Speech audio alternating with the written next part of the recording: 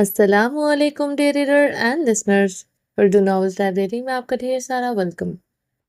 رمزش by نور آصف کی next episode لے کر حاضر ہوئی ہوں۔ اگر آپ نے ابھی تک میرے اس چینل کو سبسکرائب نہیں کیا تو پلیز سبسکرائب کر دیں، لائک اینڈ شیئر کریں اور اپنی رائے کامنٹ باکس میں لازمی دیں۔ مجھ سے ڈھیر سارے سوال کیے جاتے ہیں کامنٹ باکس میں کہ یہ ناول کب اینڈ ہوگا، تو میں ان سے کہوں گی کہ ناول فی الحال تو بہت چلے گا یہ، کیونکہ نا جو اوریجنل جس چینل پر اپلوڈ کیا جا رہا ہے نا اس پہ ایک ایپیسوڈ کے بھی پارٹس میں ڈیوائڈ کیا گیا ہے، تو اس حساب سے پھر وہ کم ایپیسوڈ بنتی ہے، مینس کہ لینتھ اس کی زیادہ ہو گئی ہے اور نمبرنگ کم ہو گئی ہے، تو پھر میں اپنے حساب سے کر رہی ہوں، کبھی میں زیادہ کر دیتی ہوں، کبھی تھوڑی کر دیتی ہوں اپنے ٹائم کے حساب سے۔ تو پھر ابھی فی الحال تو بہت پڑا ہوا ہے، اگر آپ لوگ کہتے ہیں تو بیچ میں سٹاپ کر دوں گی، نہیں تو پھر اسی کو اسی طرح سے کنٹینیو رکھوں گی، لیکن میں صرف اس کی ایپیسوڈز نہیں دے سکتی کیونکہ مجھے ساتھ ساتھ باقی چیزوں کو بھی لے کے چلنا ہے، تو میں ساتھ ساتھ ناولز باقی کے بھی چلتے رہیں گے، اور 50 لائکس کا کرائٹیریا پورا کریں گے تو نیکسٹ ایپیسوڈ آپ لوگوں کو مل جائے گی، ادروائز جب تک آپ لوگ 50 لائکس کمپلیٹ نہیں کریں گے جب تک آپ لوگوں کو ایپیسوڈ نہیں ملے گی، ٹھیک ہے؟ چلیں سٹارٹ کرتے ہیں۔ ٹھیک ہے، اگر آپ چاہتے ہیں میں لفظوں سے آپ سے وہ مانگوں تو میں مانگنے کو تیار ہوں۔ پورن ہمت مجتمع کرتے ارحام کی طرف اپنی قدم آہستگی سے بڑھائے تھے۔ مجھے آپ سے طلاق چاہیے۔ حور کی بات پر ارحام کی آنکھوں کی لالی نے اسی لمحے شدت اختیار کی تھی۔ اس کی سگریٹ لبوں سے نکالتے اپنی زخمی ہونٹ کے پور سے جلتا سگریٹ مسلتے حور کی طرف قدم بڑھائے تھے، جسے دیکھتے حور پھر سے کتنے قدم پیچھے ہوئی تھی۔ خبردار ارحام، آپ نے مجھ پر ہاتھ اٹھایا۔ باہر میرے گارڈز کھڑے ہیں۔ حور پیچھے کو ہوتے اپنے دونوں آرس پر ہاتھ رکھ گئی تھی۔ وہ سامنے کھڑے سفاک انسان کے مارے گئے تھپڑ بھولی نہیں تھی۔ ارحام اس کے بعد سننے رکا تھا۔ وہ اپنے ساتھ گارڈز بھی لے کر آئی تھی۔ وہ تو انہیں منع کر آیا تھا۔ ارحام اس کے بعد سنتے رکا تھا۔ وہ اپنے ساتھ گارڈز بھی لے کر آئی تھی۔ وہ تو انہیں منع کر آیا تھا۔ ارحام خانزادہ نے اپنی سرخ سوالیہ نگاہیں نازک وجود پر گاڑی تھی۔ آپ کو کیا لگتا ہے میرے پرسنل گارڈز آپ کے حکم مانیں گے؟ وہ حور سلطان شاہ کے گارڈز ہیں، سلطان شاہ کے ہائر کردہ گارڈز۔ میں جانتی تھی آپ انہیں ساتھ نہیں آنے دیں گے، اس لیے میں نے انہیں پہلے ہی کہہ دیا تھا کہ وہ ہر حال میں میرے پیچھے آئیں گے۔ حور ارحام خانزادہ کی آنکھوں میں دیکھتے مضبوط لہجے میں بول رہی تھی۔ ارحام کے لبوں پر زخمی مسکراہٹ گہری ہوتی جا رہی تھی۔ وہ اسے یوں دھمکی دے گی وہ کبھی سوچ بھی نہیں سکتا تھا۔ اچھی طرح جانتی تھی وہ اسے کتنے ہی فٹ کی دوری پر بھی کسی مرد کا سایہ برداشت نہیں کر سکتا تھا۔ وہ اس کے معاملے میں گارڈز پر بھروسہ کر رہی تھی۔ وہ یہاں ساڑی پہن کر اسے ڈائیورس مانگنے کی ہمت کے لیے کر پا رہی تھی کیونکہ باہر اس کے گارڈز کھڑے تھے۔ ارحام خانزادہ نے اسے تیش و اشتعال سے گھورتے ٹیبل پر بچھے کپڑے کو کھینچا تو ٹیبل پر موجود کانچ کے خوبصورت برتن ایک ہی جست میں زمین بوس ہو کر چکنا چور ہوئے تھے۔ حور منہ پر ہاتھ رکھ کر چیختے ہوئے کئی قدم پیچھے ہوئی تھی۔ اب کب اسٹائلش بیگ بھی زمین بوس ہوا تھا۔ حور نے جلدی سے زمین سے اپنا پرس اٹھاتے اس میں سے فون نکالا تھا۔ ارحام سمجھ گیا تھا وہ باہر کھڑے اپنے کسی گارڈز کو فون کر رہی ہے۔ ارحام نے آگے بڑھتے اسے بازو سے جکڑے اس کے ہاتھ سے سیل فون لیتے پوری قوت سے زمین پر دے مارا تھا۔ ارحام، حور نے حلق کے بل چیختے ہوئے ارحام کو خود سے دور دھکیلا تھا۔ ارحام اسے بازو سے جکڑے اپنے مقابل کر گیا۔ آپ نے مجھ پر ہاتھ اٹھایا، میں جان لے لوں گی آپ کی۔ میں حویلی میں رہنے والی حور نہیں ہوں جس کے پاس آپ کا باپ نہیں تھا۔ آپ کے سامنے حور سلطان شاہ کھڑی ہے۔ میں آپ کا ظلم مزید برداشت نہیں کروں گی۔ حور نے ارحام کی آنکھوں میں آنکھیں گاڑے سپاٹ مگر لرزتے لبوں سے چیخی تھی، کیسے لوگی جان میری؟ اپنے ہاتھوں سے لوگی یا پھر اپنے پرسنل گارڈز کے ہاتھوں سے مجھے مرواؤ گی؟ مسز ارحام خانزادہ، ارحام اس کی آنکھوں میں آ کے گاڑے لفظ چباتا ہوا گررایا تھا۔ میں اپنے ہاتھوں سے لوں گی۔ پور کے لہجے میں شبنم کے ساتھ لہجے کی کپکپاہٹ بھی بڑھی تھی۔ وہ مقابل کے سامنے جتنی مرضی بہادری کا مقابلہ کرے، مگر مقابل کا ڈر اس کے حواسوں پر آج بھی برقرار تھا۔ وہ بھولی نہیں تھی اس کے بے رحم انداز، اس کی بے رحم شدتیں۔ وہ زندہ وجود کو الٹ پلٹ کر دیتا تھا۔ اس پر بری طرح نظر رکھنے والوں کو مقابل نے کتنی بے رحمی سے موت دی تھی، وہ بھولی نہیں تھی۔ مہرماں کے ساتھ برا کرنے والوں کو اتنی بے رحمی سے تو سلطان شاہ نے بھی موت نہیں دی تھی، جتنی بے رحمی اور صفاقی سے مقابل نے اس پر بری نظر رکھنے والوں کو کاٹا تھا۔ وہ جانتی تھی سامنے کھڑا انسان سلطان شاہ سے کہیں زیادہ جنونی ہے، اور یہ بھی جانتی تھی وہ اسے کبھی نہیں چھوڑے گا، مگر اس نے جو اس کے ساتھ کیا وہ کبھی نہیں بھول سکتی تھی۔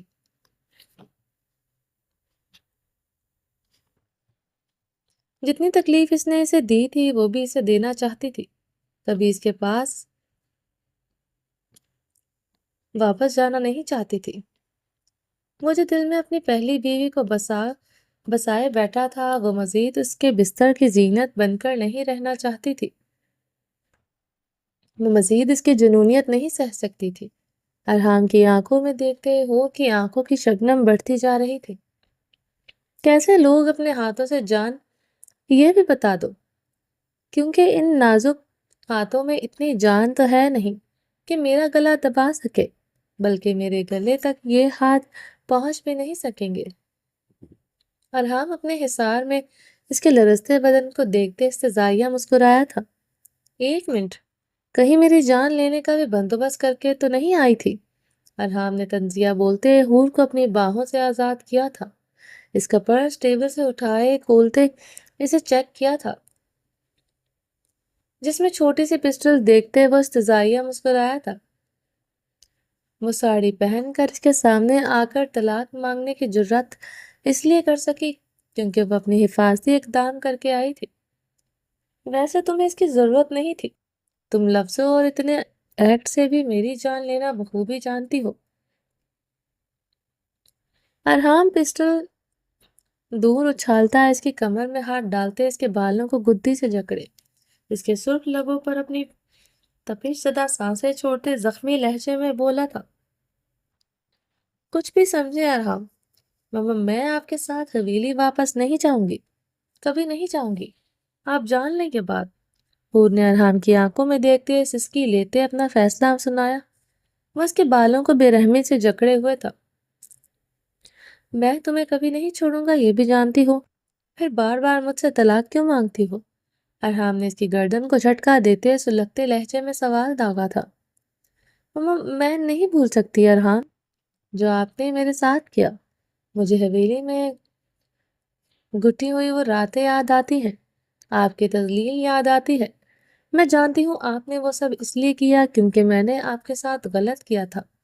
آپ نے مجھے سزا دی، اب سزا دینے کا وقت حور شاہ کا ہے۔ وہ پھر سے خود کو حور سلطان شاہ بولتے اس کے زخمی دل کو کچوکے لگائے گئی تھی۔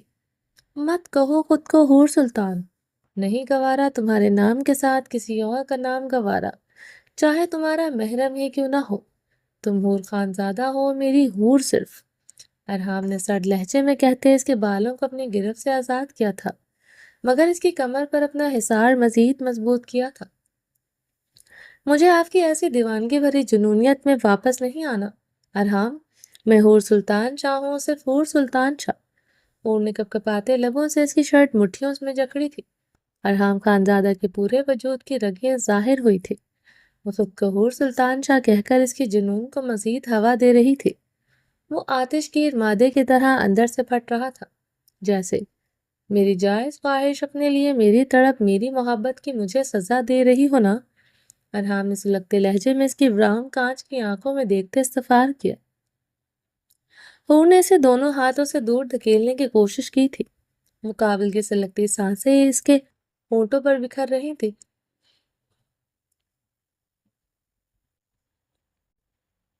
سانسوں کی آمد و رفت سے اسے اپنی سانسیں ٹوٹتی ہوئی محسوس ہو رہی تھی۔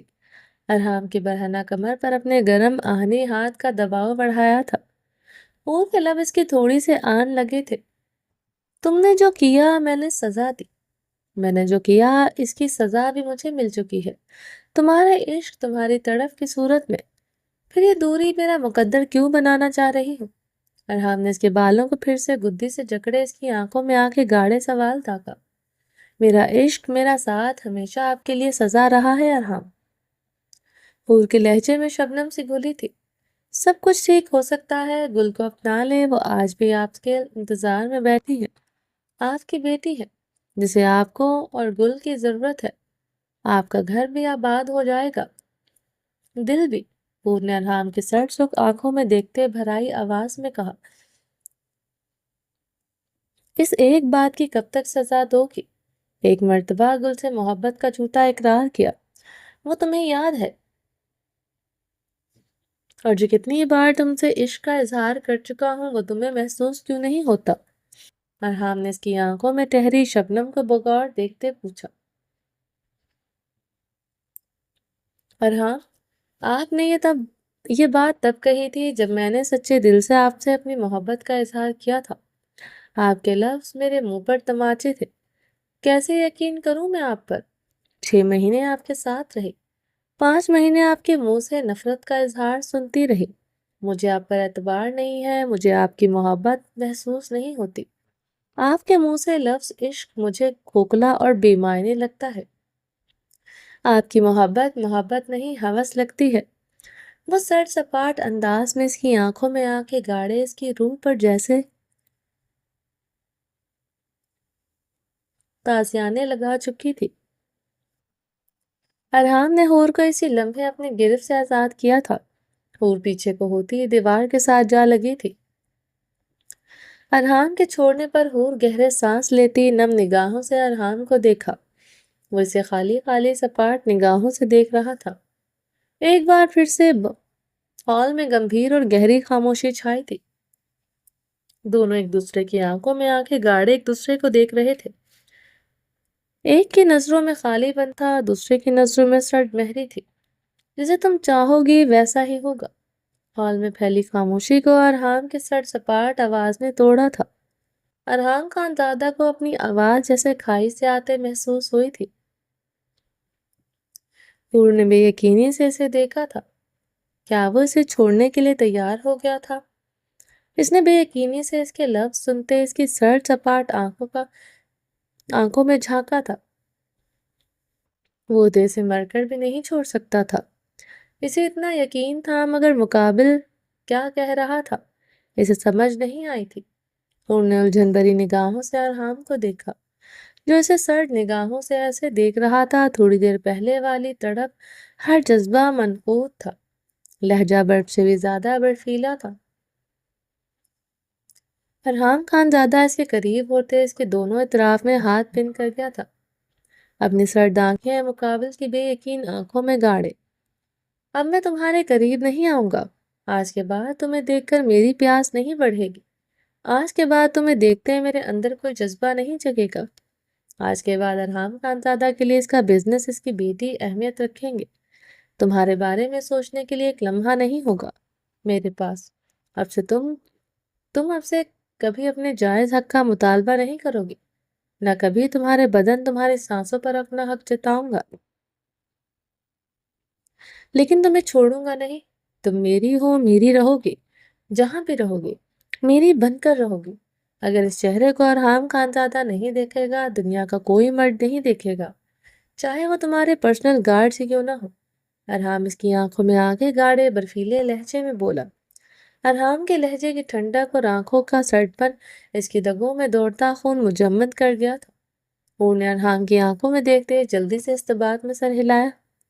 سامنے کھڑے انسان کا یہ روپ بھی الگ تھا جو پل میں اس کے اعصاب ساکت کر گیا تھا۔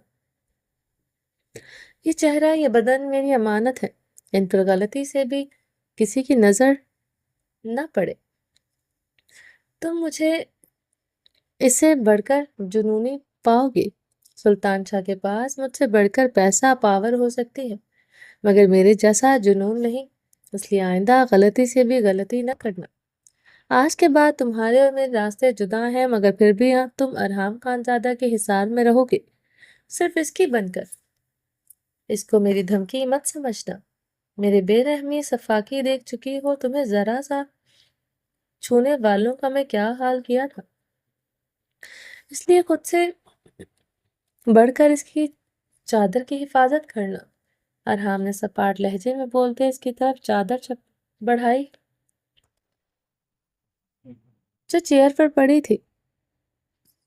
ارحام نے وہ چادر اٹھا کر کرسٹل کھڑی لڑکی ہور کی طرف بڑھائی، جو ہور نے کانپتے ہاتھوں سے پکڑی تھی۔ ارحام کے سر چہرے کی طرف دیکھتے اس نے چادر اچھی طرح سر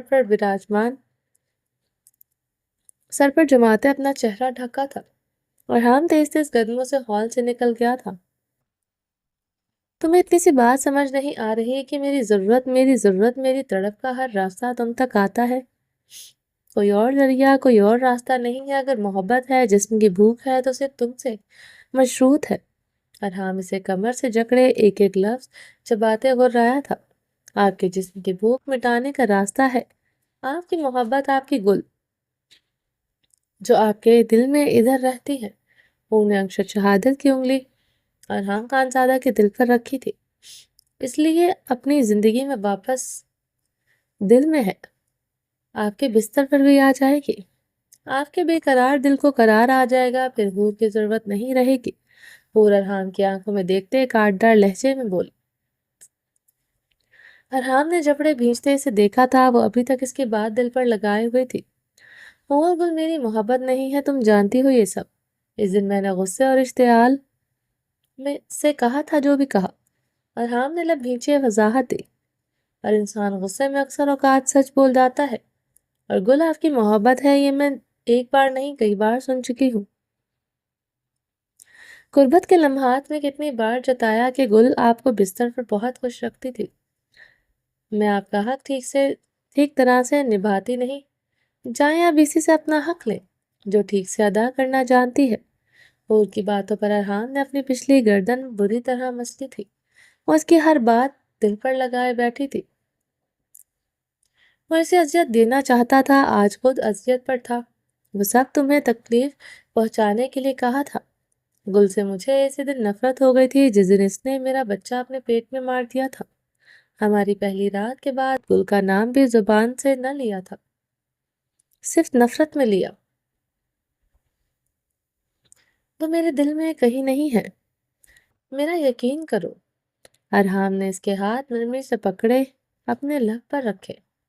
آپ نے جو میرے ساتھ پہلی رات کیا میں کبھی نہیں بھولوں گی۔ مجھے اس ریلیشن شپ سے نفرت ہے، مجھے آج تک آپ کی قربت میں سکون نہیں ملا، آپ نے کبھی میرے بارے میں نہیں سوچا۔ حور کا لہجہ گلو گیر ہوا تھا، اس کی بات پر ارحام تڑپ اٹھا تھا۔ یہ صرف لفظ نہیں تماچے تھے اس کے لیے، اس کی بیوی کو اس کی قربت میں کبھی سکون نہیں ملا۔ جب اسے محبت کا احساس ہوا تھا تو اس نے ہمیشہ کوشش کی وہ اسے سکون دے۔ وہ پہلی رات کو آج تک بھولی نہیں تھی۔ اب موقع دو حور، بہت پیار کروں گا تم سے، تم میری پناہوں میں سکون پاؤ گی، تم تو میرا سکون ہو ہی، میں بھی تمہارا سکون بن جاؤں گا۔ ارحام نے بھاری آواز میں کہتے اسے کمر سے جکڑے اپنے قریب کیا تھا۔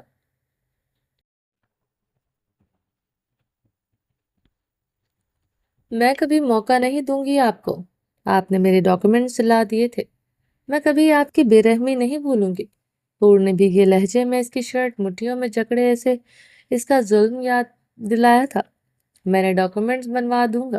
حور، ارحام نے گہرا سانس لیتے کہا، آپ کو کیا لگتا ہے مجھے آپ کی مدد کی ضرورت ہے؟ حور سلطان شاہ خود بنوا سکتی ہے۔ حور نے اسے خود سے دور دھکیلا تھا۔ حور سلطان شاہ نہیں، حور ارحام خانزادہ ہو تم۔ ارحام ٹیبل پر مکہ مارتے دھاڑا تھا۔ ٹیبل پر موجود چھریاں، کانٹے اور گلاس کی زوردار چھنک ہوئی تھی، ٹیبل بری طرح لرزی تھی۔ ارحام کی دھاڑ پر حور بھی بری طرح لرزی تھی، آنکھوں میں شبنم چمکی تھی، آرس کا حصہ بنی تھی۔ حور کو لرزتے دیکھ کر ارحام نے اپنی کنپٹی مسلتے خود پر قابو پایا۔ حور خانزادہ ہو تم، ارحام نے نرم لہجے میں اب کی بار آہستگی سے کہا، چلا سکتے ہیں، مجھے عادت ہے آپ کی دھاڑ سننے کی، آپ کی بے رحمی سہنے کی۔ میرے انگوٹھے کٹ کیا تھا، کتنی بے رحمی سے دکھائی تھی۔ 2 دن تک مجھے ڈاکٹر کے پاس نہیں لے کر گئے تھے۔ پاپا ہوتے تو مجھے ایسے دیکھ کر اپنی جان دے دیتے۔ وہ مجھے سختی سے چھونا تو دور کی بات، اونچی آواز میں بات نہیں کرتے۔ اور کی بات ابھی لبوں پر تھی کہ ارحام نے ٹیبل پر پھر سے چھری اٹھا کر اپنے انگوٹھے پر رکھتے گہرا کٹ لگایا۔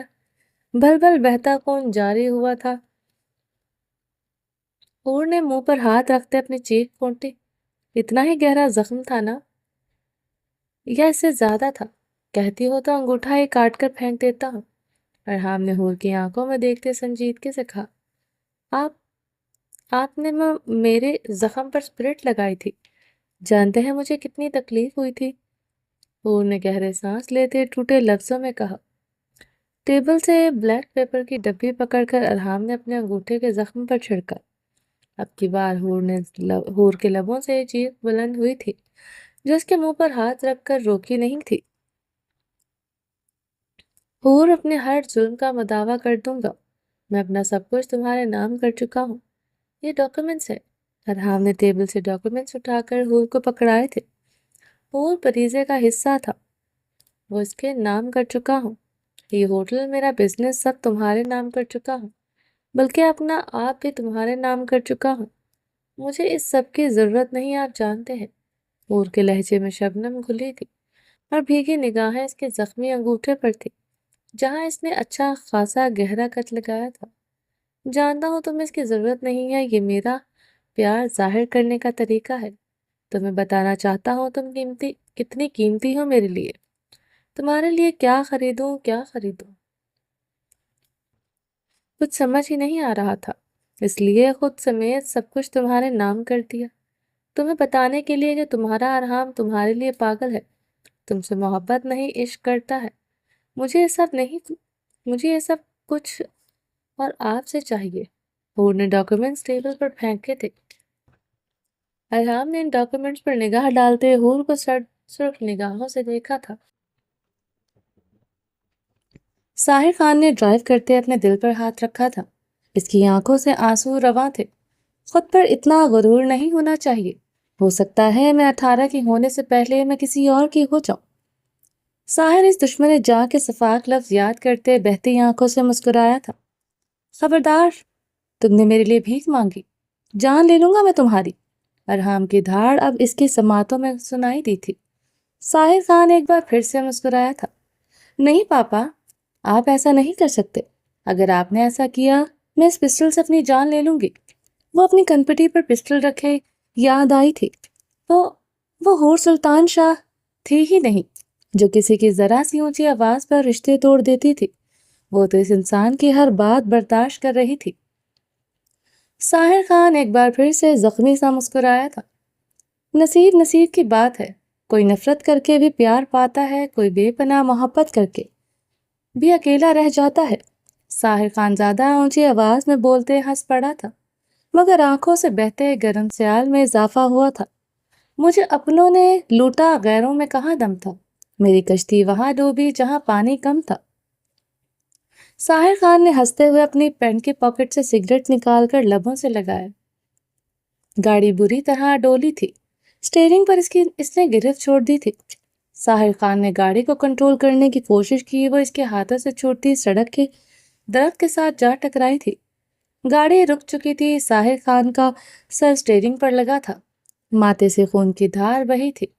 ساحر خان ماتھے سے خون انگلیوں کے پوروں سے چنتے ایک بار پھر سے ہنس پڑا تھا۔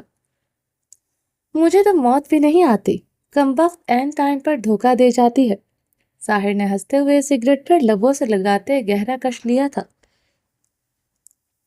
اس نے سیٹ سے ٹیک لگائے مسکراتے ہوئے آنکھیں بند کی، وہ ستمگر نظروں کے سامنے آئی تھی۔ اسے یکدم کھانسی کا دورہ پڑا تھا، وہ دل پر ہاتھ رکھتے کھانستا چلا گیا تھا۔ ساحر نے سیٹ سے ٹیک لگائے، گہرے سانس لیے۔ کیسے بند کروں یہ آنکھیں؟ بند آنکھوں پر اس کا شبیہ اور واضح ہو جاتا ہے۔ وہ پھر سے اونچی آواز میں بولا تھا،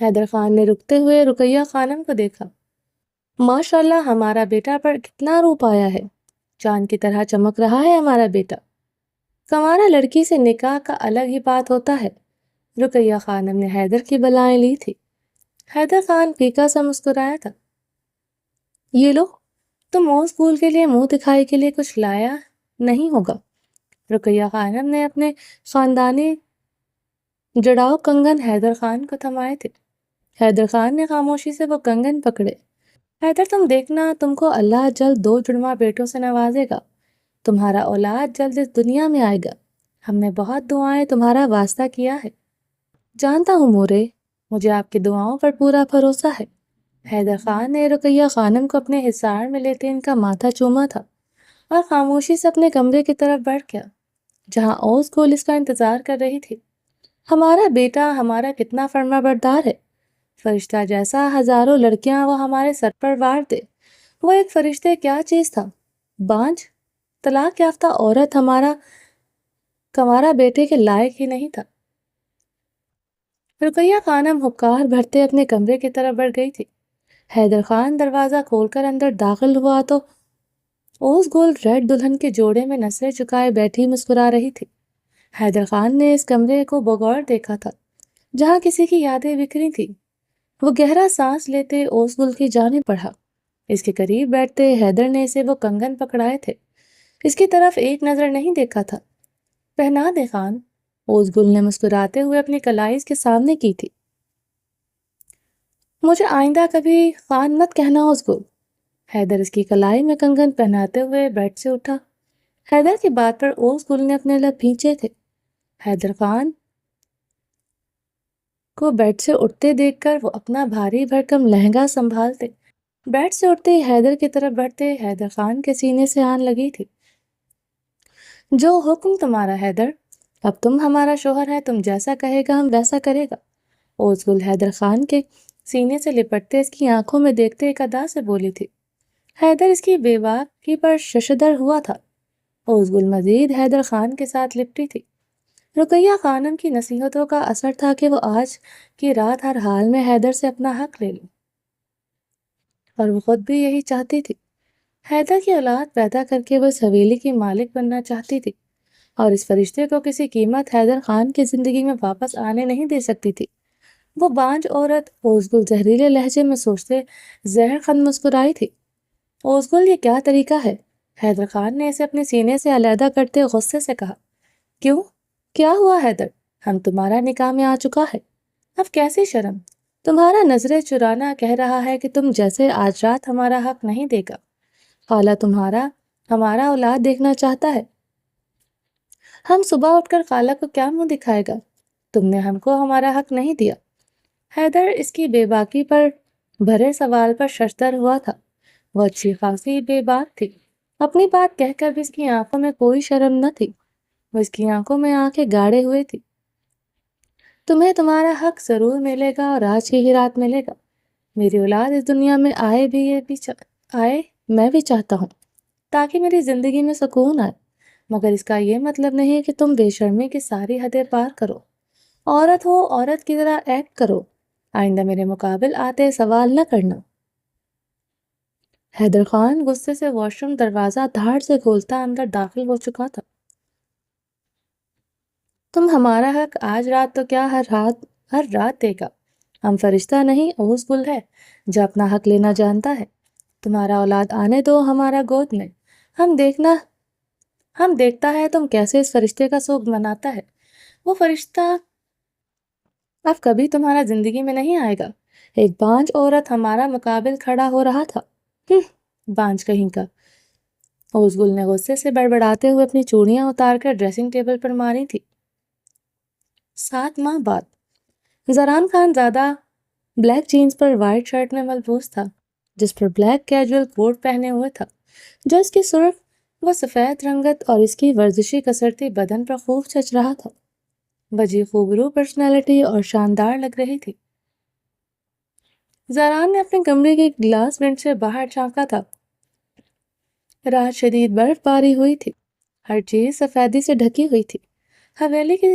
حویلی کے سرسبز لان پر برف کی سفید چادر بنی ہوئی تھی۔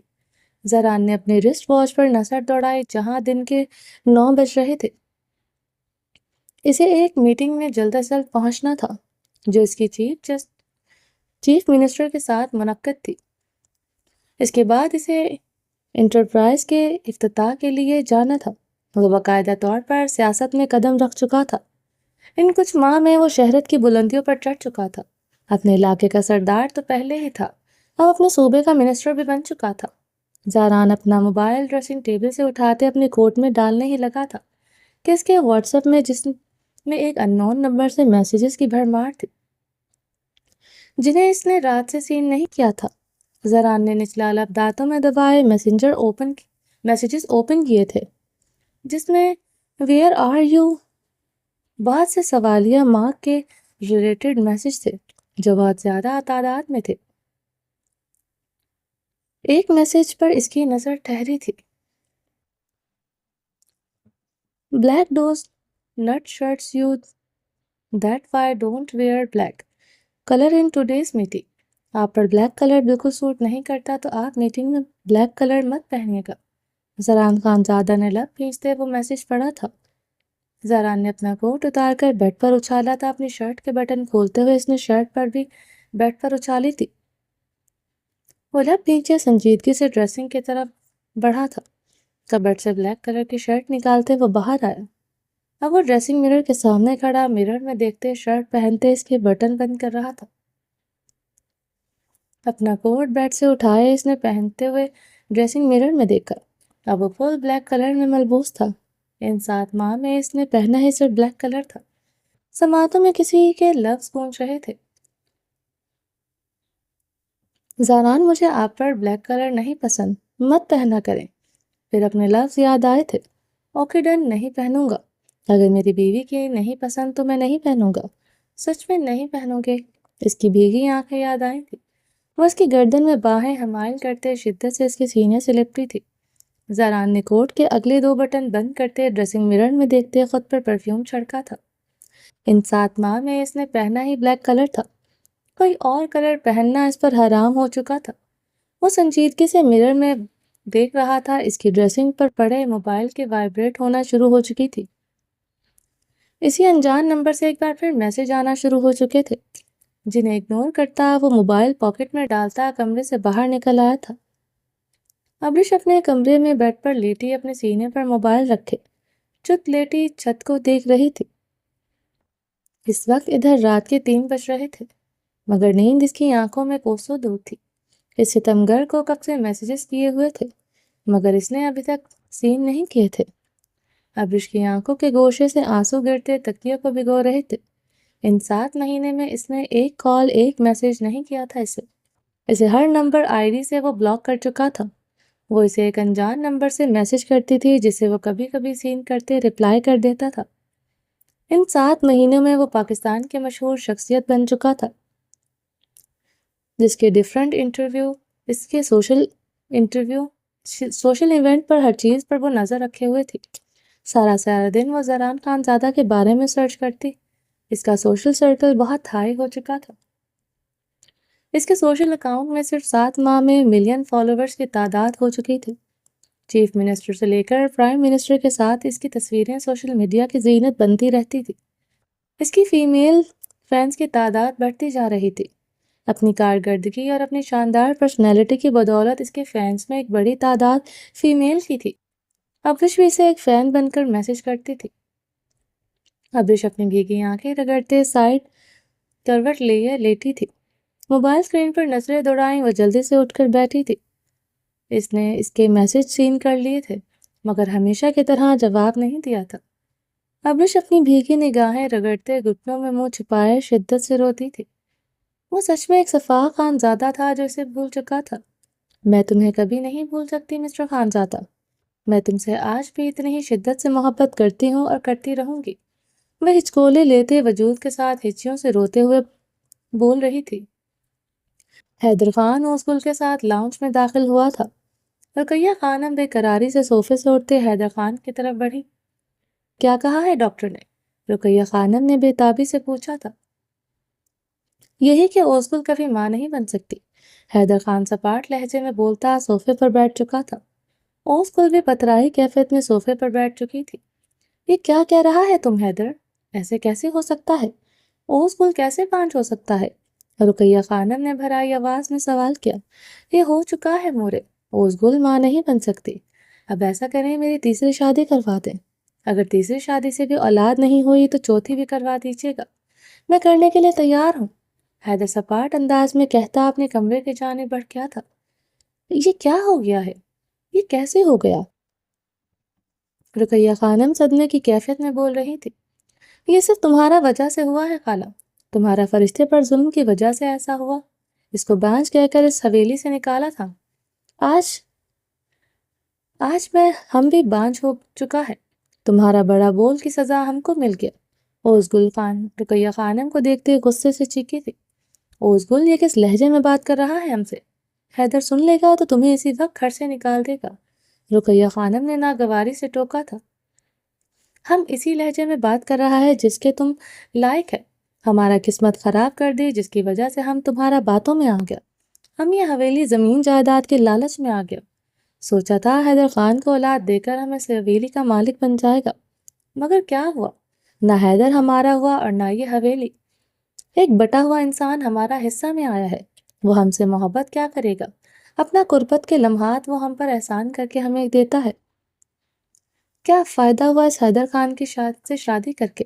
نہ ہم کو جسمانی سکون ملا حیدر خان کی قربت سے، نہ دلی سکون ملا۔ اس سے اچھا تھا ہم اس حویلی کا کسی نوکر سے نکاح کر لیتا، کم سے کم وہ ہم کو خوش تو رکھتا۔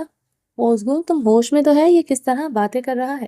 تمہارا شرم بالکل مر گیا ہے، تم ہمارا حیدر خان کی بیوی کا ہوتے اس کے نوکر سے شادی کی بات کرتا ہے، اتنا بیہودہ بات کرتا ہے، حیدر نے سن لیا تو زندہ زمین میں گاڑ دے گا تمہیں، تم جیسا بے شرم عورت ہم نے آج تک نہیں دیکھا۔ رقیہ خانم غصے سے بولی تھی۔ بے شرم نہیں ہے، تم بے شرم ہے، ہمارا دماغ خراب تھا جو حیدر سے نکاح کر لیا، اچھا خاصا ہمارا چچا کا بیٹا ہم سے شادی منا رہا تھا، مرتا تھا ہم پر، ہم نے اس حویلی اور جائیداد کی خاطر اس کو منع کر دیا، مگر اب پچھتا رہا ہے۔ ایک بات یاد رکھنا، ہم فرشتے نہیں ہیں جو تمہارا کڑوا کسیلا بات سنے، وہ حیدر خان پر مرتا تھا مگر ہم نہیں مرتا، لیکن ایک بات یاد رکھنا، وہ فرشتے اس حویلی میں داخل نہیں ہوگا، اگر کبھی ایسا ہوا ہم اپنا جان نہیں لے گا، تمہارا اور تمہارا بیٹے کا جان لے گا۔ اوس گل پکارتے ہوئے وہاں سے اٹھتی کمرے کی جانب پڑ گئی تھی۔ فرشتے ریڈ کلر کے خوبصورت کامدار فراک میں ملبوس تھی، ریڈ دوپٹہ سر پر اوڑھے، ریڈ لپسٹک لگائے سوئے ہوئی تھی، وہ اتنی دوست گنچا گل کی بارات پر شریک ہونے آئی تھی۔ فرشتے کے معصوم اور خوبصورت چہرے سے مسکراہٹ جدا ہی نہیں ہو رہی تھی، آج اسے ٹوٹ کر روپ آیا تھا، وہ ریڈ فراک میں اپنی سہیلی گنچا سے کہیں زیادہ خوبصورت لگ رہی تھی۔ گنچا نے گھور کر فرشتے کو دیکھا تھا۔ فرشتے، تم کو کس نے بولا تھا تم آج کا دن ہمارا بارات میں یہ سرخ رنگ پہن کر دلہن کی طرح تیار ہو کر آؤ؟ بارات ہمارا ہے تمہارا نہیں، گنچا نے غصے سے فرشتے کو گھورتے ایک ایک لفظ چبایا تھا۔ فرشتے زور سے کلکلائی تھی، دلہن اتنا نہیں بولتا، زیادہ بولو گی تو روپ بھی ختم ہو جائے گا۔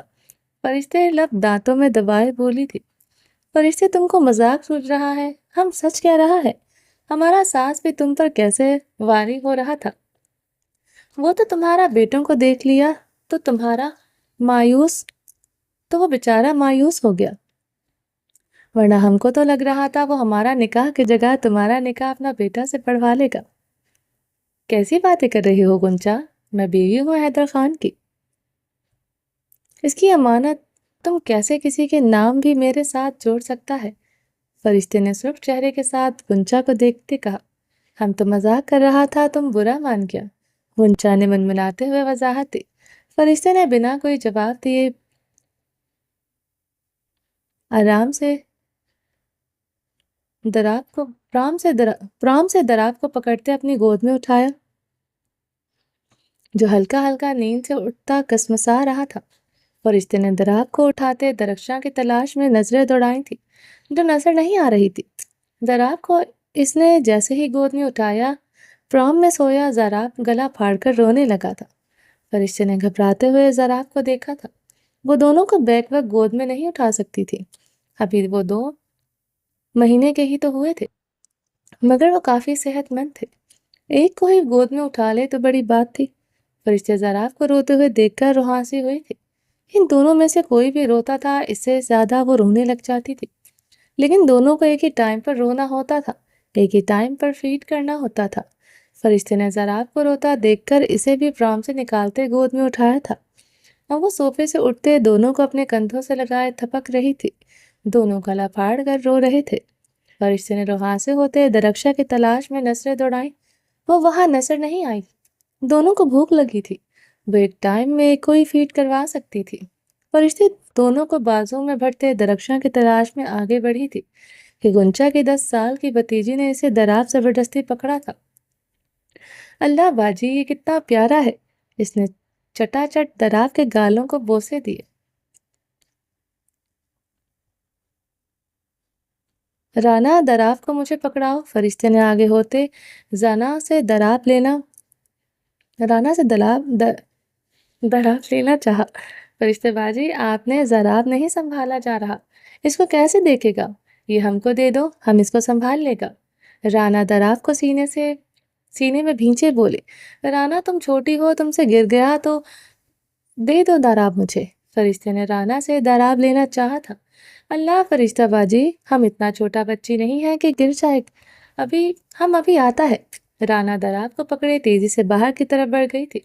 رانا فرشتے تیزی سے اس کی طرف بڑھی تھی۔ وہ اتنی دیر میں اس کی طرف بڑھی تھی کہ اتنی دیر میں وہ دراف کو لیے زنان خانے سے نکل گئی تھی۔ حیدر خان مردانے سے نکلتا تیزی سے حویلی کے کار پورش کی جانب بڑھ رہا تھا۔ اوزگل کا فون آیا تھا کہ رقیہ خانم کی طبیعت بہت خراب ہے۔ وہ اس وقت سفید شلوار قمیض میں ملبوس تھا، جس پر بلیک شال کندھوں پر ڈال رکھی تھی۔ وہ اپنی ہلکی گھنی بیئرڈ پر ہاتھ پھیرتے تیزی سے مردانے سے باہر نکلتا کار پورش کی جانب بڑھ رہا تھا۔ رانا جو دراف کو گود میں اٹھائے بھاگتی ہوئی آ رہی تھی، حیدر خان سے ٹکرا گئی۔ دراف اس کی گود میں گرتے گرتے بچا تھا۔ حیدر خان نے جلدی سے دراف کو پکڑا تھا، ورنہ وہ زمین پر گر جاتا۔ حیدر خان نے دراف کو پکڑتے اپنے کندھے سے لگایا۔ وہ بری طرح رو رہا تھا۔ یہ کس طرح تم نے ایک چھوٹے سے بچے کو پکڑا ہوا تھا، اور اسی لیے تم بھاگتی آ رہی تھی؟ یہاں کتنی سردی ہے؟ اس بچے کی ماں کہاں ہے؟ حیدر خان نے رانا کو گھورتے کہا۔ رانا اس سے دوست بازل خان کی بیٹی تھی۔ وہ اچھی طرح اس آفت کی پرکالہ کو جانتا تھا۔ اس کا دوست بازل خان رانا کی حرکتوں سے خود بہت تنگ تھا، جو کوئی نہ کوئی کارنامہ سر انجام دیتی رہتی تھی۔ ہم کو نہیں پتا اس کا مورے کہاں ہے، ہم کو تو یہ زمین پر پڑا ملا تھا، ہم لے آیا، اب تم ہی اس کا مورے کو ڈھونڈ لو۔ رانا دراف کو گرتے دیکھ کر کافی ڈر گئی تھی۔ حیدر خان کی باز فرس پر وہ منہ بناتے ہوئے بولتی بھاگتی ہوئی وہاں سے چلی گئی۔ حیدر خان اسے پکارتا رہ گیا۔ حیدر خان نے دراف کو کندھے سے ہٹاتے دونوں بازوں میں اٹھایا تھا۔ وہ ابھی تک رو رہا تھا۔ حیدر خان نے اسے پھر سے کندھے سے لگاتے تھپکی دی تھی۔ باہر بے تحاشا سردی تھی، بچہ اچھے خاصے گرم کپڑوں میں ملبوس تھا۔ حیدر خان نے اپنی شال اس کے گرد اسے اپنے کندھے سے لپٹایا۔ وہ تھوڑی ہی دیر میں چپ ہو گیا تھا۔ حیدر خان کی رگوں میں ایک سکون سا اترا تھا، آنکھیں نم ہوئی تھی۔ اولاد کی نعمت کا اسے بھی شوق تھا، کبھی اس نے اپنی خواہش کا اظہار نہیں کیا تھا، مگر اس کے سب دوست احباب صاحب اولاد تھے، سب اس کے بچے 5-5 10 سال کے تھے۔ حیدر خان کی روح میں اتنے عرصے بعد سکون اترا تھا۔ حیدر خان نے دراف کو کندھے سے ہٹاتے نم نگاہوں سے دیکھا، جو خاموشی سے انگوٹھا چوس رہا تھا۔ حیدر نے مسکراتے ہوئے انگوٹھا اس کے منہ سے نکالا۔ دراف کو دیکھتے حیدر خان کے دل میں اولاد کی تمنا شدت سے جاگی تھی۔ حیدر خبین نے مسکراتے ہوئے دراف کے ماتھے پر لب رکھے تھے۔ وہ چونکا تھا۔ دراف کے کان کے تھوڑا سا نیچے گردن کی طرف ایک سیاہ دھبا سا تھا، برتھ مارک۔ ایسا ہی نشان اس کی گردن کی سائڈ پر بھی تھا، اور وہ حاکم خان کی گردن پر بھی تھا۔ حیدر خان نے حیرانگی سے دیکھا۔ اس پل کے لیے حیدر خان کو دراف میں اپنا عکس نظر آیا۔ وہ بالکل اس کی طرح کا تھا، وہی آنکھیں، وہی ناک نقشہ، سب کچھ حیدر خان پر تھا۔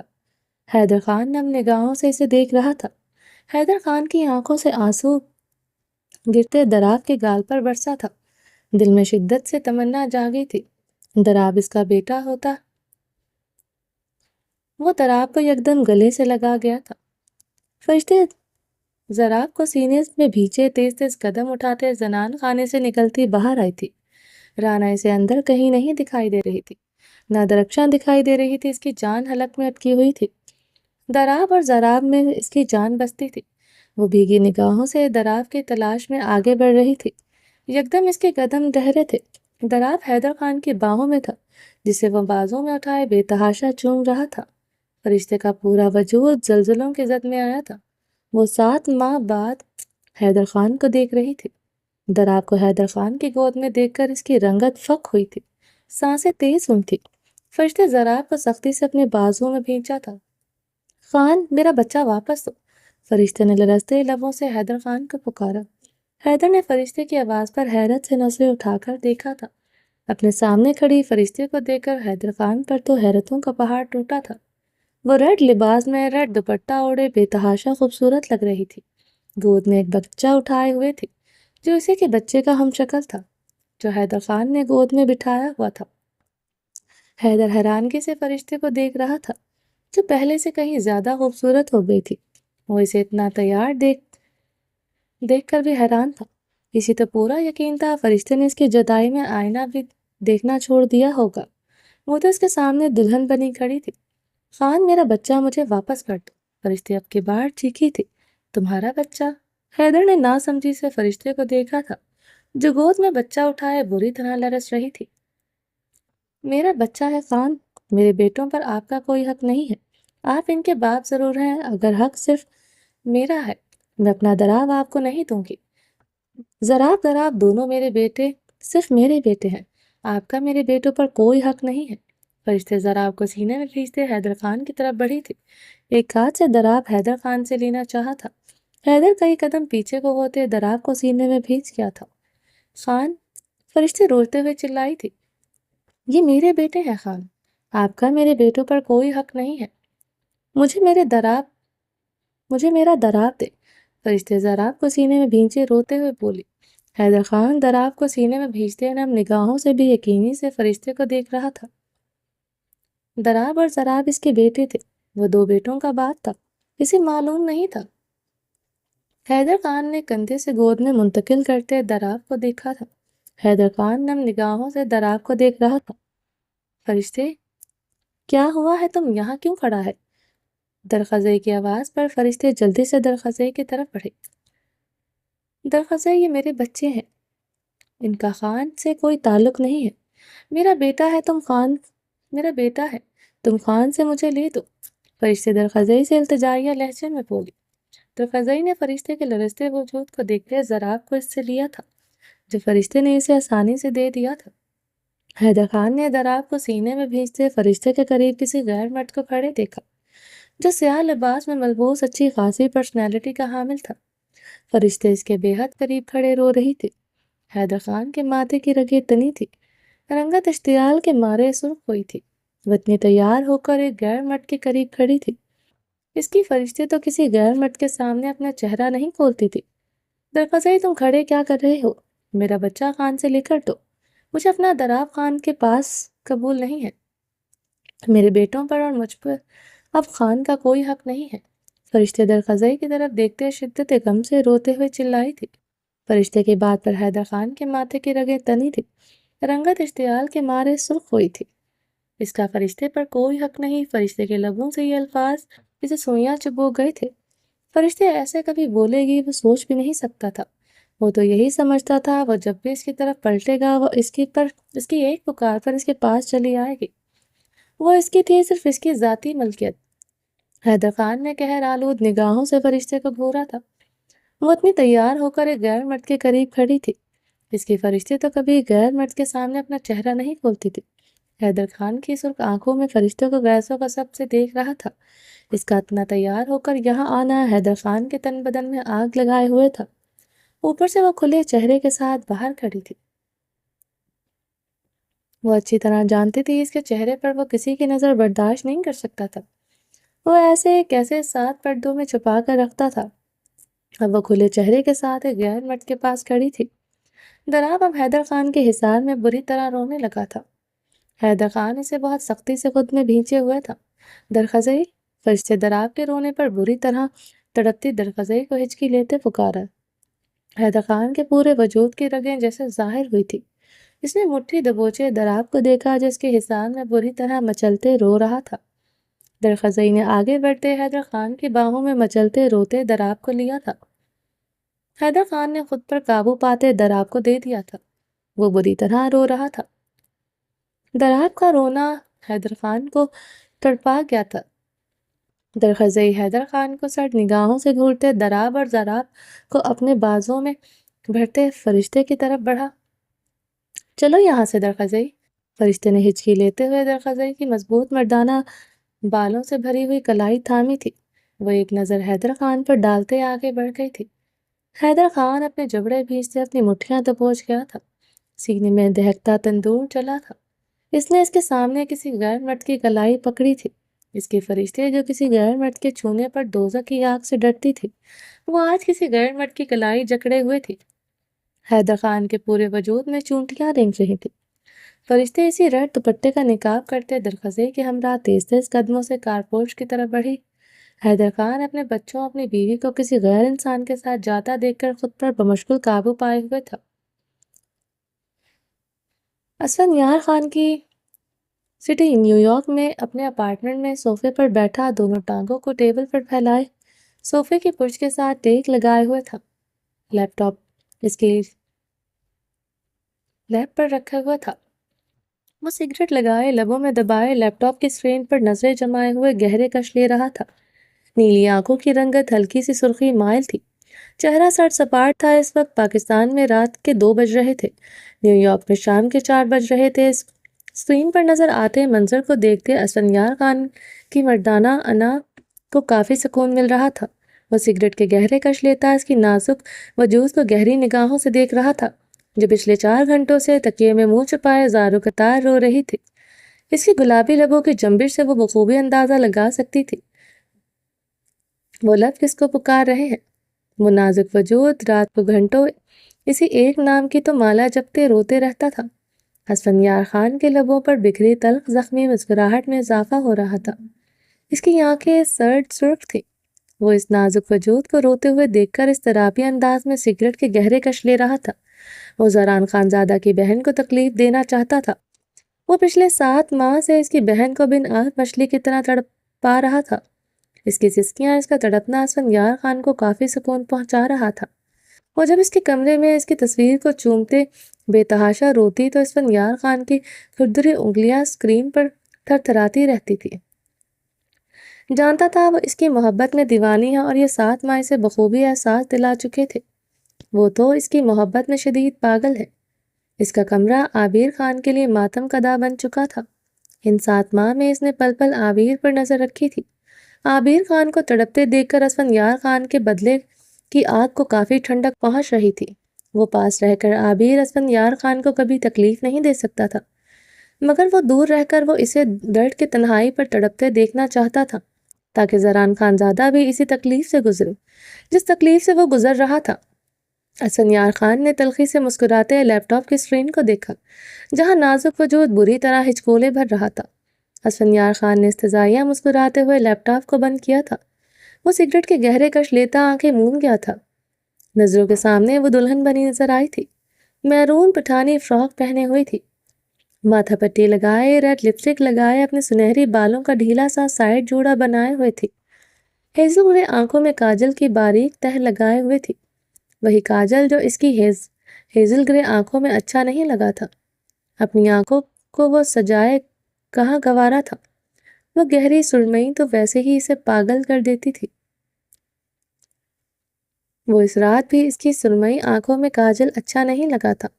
وہ سگریٹ کے گہرے کش لیتے آنکھیں موندے ہوئے تھا کہ اس کے لفظ سماعتوں میں گونجتے اسے بے چین کر چکے تھے۔ اسفندیار خان عابر کی اب کبھی آپ کے لیے خود کو نہیں سجائے گی۔ اپنے دل سے آج اور ابھی میں ہر جذبہ نکال کر پھینکتی ہوں۔ عابر خان وہ دل ہی نکال کر پھینک دے گی جو کبھی آپ کے نام پر دھڑکا بھی۔ یہ لب اب کبھی اسفندیار خان نہیں پکاریں گے۔ یہ دل آپ کے نام پر اب کبھی نہیں دھڑکے گا۔ اسفندیار خان عابر کے لفظ یاد کرتا ہے سزائیہ مسکرا دیا تھا۔ عابر مسز عابر خان روز راتوں کو تکیے میں منہ چھپائے اسفندیار خان کے نام کی مالا جپتی ہو اور بات کرتی ہو مجھے اپنے دل سے نکالنے کی۔ تم مر سکتی ہو، اسفندیار خان کو نہیں بھول سکتی، اب ساری عمر تم میرے لیے تڑپو گی، یہی تمہاری سزا ہے۔ اسفندیار خان نے آنکھیں موندے اپنے عنابی لبوں سے زور سے لفظ دہرائے تھے۔ نظروں کے سامنے دو آتشہ روپ آیا تھا۔ اسفندیار خان آنکھیں کھولتا بے چینی سے سیدھا ہوا تھا۔ اسفند اس کا دہکتا روپ یاد کرتے جلتی لکڑی کی مانند دہکا تھا، جس میں اسفندیار خان کو اپنے دشمن کی آنکھوں میں دیکھتے ان کی آنکھیں نکال لینے والا۔ اپنے رب کے علاوہ میں کسی سے نہیں ڈرتا ہوں، دوستوں کے لیے اپنے خون کا آخری قطرہ بہا سکتا ہوں، مگر دشمنوں کے لیے میں ایک قہر ہوں۔ کیسے بھول گیا یہ زران خان زادہ؟ وہ ٹیبل پر ہاتھ مارتے حلق کے بل دھاڑا تھا۔ کیسے بھول گئے تم زران خان زادہ میری فطرت کو؟ کیسے بھول گئے کہ میں تم سے اپنا بدلہ نہیں لوں گا؟ میرے بھائی میرے بابرک کو بے رحمی سے موت دی، میری دوستی تک کو فراموش کر بیٹھے۔ اسفندیار خان کے لہجے میں تپش بڑھی تھی۔ تمہاری چلتی سانسیں میری امانت ہے، جس دن تمہاری سانسیں چھیننے کی مجھ میں ہمت آ گئی، اس دن تمہاری بہن کی سزا ختم ہو جائے گی۔ اسفندیار خان ٹیبل پر مکہ مارتے غرایا تھا۔ اس نے گہرے سانس لیتے اپنے گھنے بالوں میں ہاتھ پھیرتے صوفے سے ٹیک لگائے، اپنی آنکھیں موندے نظروں کے سامنے اس کا دہکتا روپ ایک بار پھر سے آیا تھا۔ اس رات کا ایک ایک پل اس کی نظروں کے سامنے آتا روز کی طرح اسے اضطراب میں مبتلا کر گیا تھا۔ عابر میرون پٹھانی فراک میں ملبوس تھی، بالوں کا میسی جوڑا بنائے ہوئے تھی، ماتھا پٹی لگائے ہیوی جولری پہنے میرون لپسٹک لگائے ہوئے تھی۔ عابر نے اپنا کمرہ دیکھا جو بہت خوبصورت کینڈل سے جگمگا رہا تھا۔ ریڈ گلاب کے پھولوں سے اس نے اپنا کمرہ سجایا تھا۔ عابر مرر میں دیکھتے سرخ گلاب ہوئی تھی، نظریں خود بخود جھکی تھی، دل کانوں میں بج رہا تھا، اور یہ سب کچھ کر تو بیٹھی تھی، مگر اب مسلسل لب کاٹے سرخ گلاب ہو رہی تھی۔ نظروں کے سامنے اسفندیار خان کا وائلڈ مین روپ آ رہا تھا، جو اس دن اس نے گیسٹ ہاؤس میں دکھایا تھا۔